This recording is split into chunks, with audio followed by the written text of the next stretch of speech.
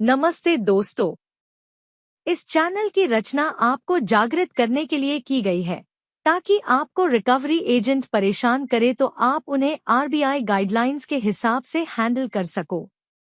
आपको हमारा काम पसंद है तो प्लीज इस चैनल को सब्सक्राइब जरूर करें, इससे हमें एक वीडियोस बनाने की प्रेरणा मिलेगी। Thank you. हेलो। हेलो। हम्म। राजेंद्र कुमार बोल रहा राजेंद्र हूँ। कुमार जी से बात हो रहा है सर? बोल रहा हूँ। हाँ जी, नमस्कार सर। मैं होम क्रेडिट से विक्रम बात कर रहा हूँ sir. Hmm. Record training and quality purpose के लिए रिकॉर्ड किया जा रहा है। तो सर ये कॉल आप एस्ट्रॉम का रिगार्डिंग है सर, जो आपने होम क्रेडिट से फाइनेंस किया था सर। आपका जो पेंडिंग अमाउंट है 25,242 रुपये का पेंडिंग अमाउंट है। 70 दिन से आपका पेमेंट लेट चल रहा है। 18 तारीख को आपका ड्यू डेट भी रहता है सर। तो 8 बराबर। तारीख को आपका पेमेंट हो जाएंगे ना सर? नहीं सर। क्या प्रॉब्लम है सर, आपको इतने दिन से जो डिले हो रहा है? Fund issue, business loss. Business loss. Hmm. हाँ सर, देखिए आपको जो पेमेंट डिले हो रहा है ना, फंड इश्यू चल रहा है आपका बता रहा है। ठीक है, तो आपका इधर भी कंपनी में भी तो लॉस हो रहा है ना।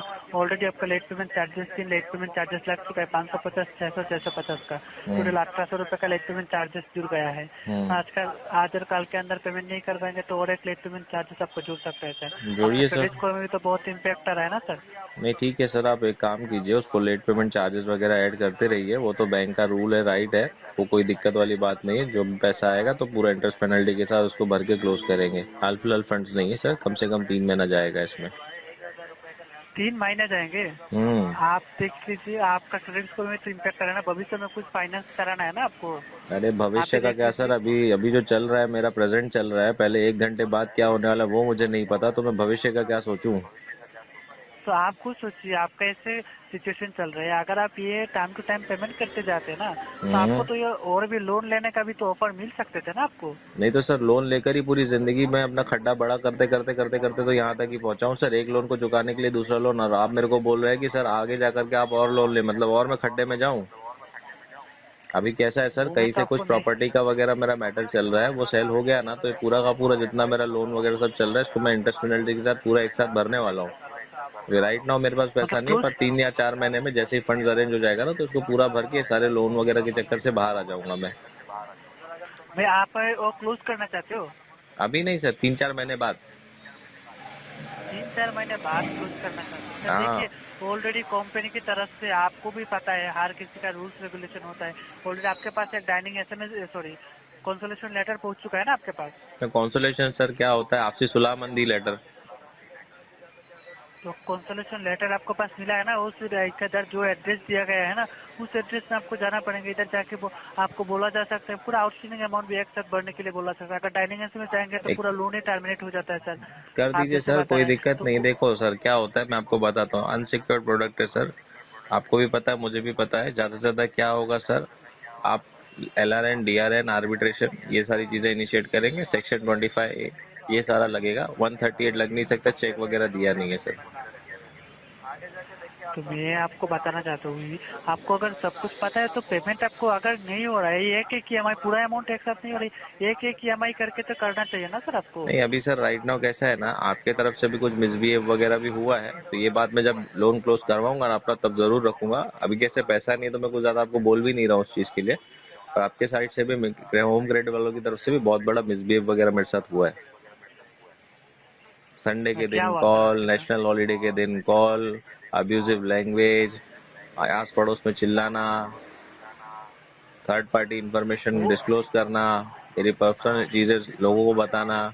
ये किसी रूल बुक में या नॉर्म्स में नहीं लिखा रहता ना सर। जब आप किसी कस्टमर को आप याद विषय। दिलाते हैं सर कि आपने जब लोन लेते टाइम ये सब चीजें भाई कही थी, तो मैं भी वही चीज आपको पूछूंगा सर, आपको किसने अधिकार दिया ये सारी चीजें किसी और को बताने का या मेरी जो बीच में बेइज्जती बोलने के करने लिए का। ये माफी तो चाह मैं रहा हूँ सर। मानहानि का केस आपके ऊपर दायर कर सकता हूँ सर। मेरे पास तो सारे प्रूफ और एविडेंसेस पड़े हैं सर। मैं तो चाहता हूँ कि आप जब किस दिन मेरे को कोर्ट में घसीटेंगे ना, तो ये मैं डॉक्यूमेंट के साथ आपको वहाँ पे पेश करूंगा। तब पहले तो मैं साइड हो जाऊंगा, पहले कोर्ट तो आपको घसीटेगा इस चक्करों में। बीच में आपको बोलने पता के है लिए सर माफी जी, चाह रहा हूँ। आप जैसे बता जो रहे हैं। आप काम कर रहे हैं ना सर जी, मैं खुद एक DRA ट्रेनर हूँ। मुझे पता है कौन से रोल का कौन से कितने कायदे कानून आप फॉलो करते हैं। आरबीआई की जो आरबीआई की गाइडलाइन है ना, उसको चाकू की नोक पे रखकर आपके रिकवरी एजेंट लोग कॉल करते हैं। ना आईडी कार्ड रहेगा, ना डॉक्यूमेंट रहेगा, किसी के भी घर जा रहे हैं तो प्रायर इंटीमेशन अपॉइंटमेंट लेकर के जाते नहीं है सर। तो कायदा कानून किस दिन सर अच्छे से याद दिलाने आऊंगा तो मैं बहुत अच्छा हूँ उस चीज में, क्योंकि मैं खुद एक डीआरए ट्रेनर हूँ और आप एक डीआरए सर्टिफाइड पर्सन भी मुझे लग रहे हो। मैं आपको बताना चाहता हूँ सर, आप जैसे बता रहे नेशनल हॉलीडे, हमारा कंपनी का कोई हॉलीडे नहीं होता है, ठीक है। नहीं, आपका तो हॉलीडे कैसे सर? आप बैंक की तरफ से काम करते हो कि सर ऐसे ही आप राह चलते किसी भी इंसान को फोन कर दो? बैंक के अकॉर्डिंग आप काम नहीं करते? गांधी जयंती के दिन बैंक बंद थी, आपको पता होगा, सब एनबीएफसी बैंक वगैरह सब बंद थी ना। आपका बंदा उस दिन आया था, फोन किया था मेरे को। एनबीएफसी, सुनिए, बीच में बोलने के लिए माफी चाह रहा हूँ, एनबीएफसी बोन हो सकता है, लेकिन हमारा जो कंपनी है होम क्रेडिट। लिख के दे दीजिए सर, मेल पे मेरे को रिटर्न में दे दीजिए। आपका जो एरिया कलेक्शन मैनेजर होगा उसके मेल आईडी से मेरे को रिटर्न में भेज दीजिए, ये चीज देख लेता हूँ फिर मैं। क्या देखना चाहते हैं आप ये मेरे को जो बोल रहे हैं सर, ये कॉल मैं भी रिकॉर्ड कर रहा हूँ, जो आपका कभी छुट्टी नहीं रहता है, आप कलेक्शन डिपार्टमेंट से बात करें, आपका कभी छुट्टी नहीं रहता है, ये चीजें मेरे को आप मेल पे प्रोवाइड कर दीजिए, लिख के आप दे सकते हैं चीज। सुनिए, बीच से बोलने के लिए, मेरा छुट्टी रहता है सर, कंपनी बंद नहीं रहता है।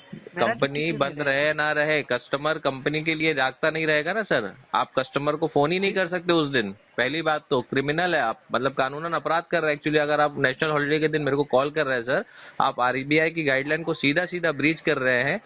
थर्ड पार्टी इन्फॉर्मेशन आप वैसे ही डिस्क्लोज करके और एक मानहानि का केस मैं आपके ऊपर दायर कर सकता हूँ। सेक्शन 501, सेक्शन 499, 503, ये आपके ऊपर लगता है। 384, 123, 126, 327, ये सारे आपके जो ऊपर है ना, अगर मैं मुकदमा दायर कर दूंगा ना सर जी, तो ये कभी जिंदगी में आपको बेल नहीं मिल जाएगी सर।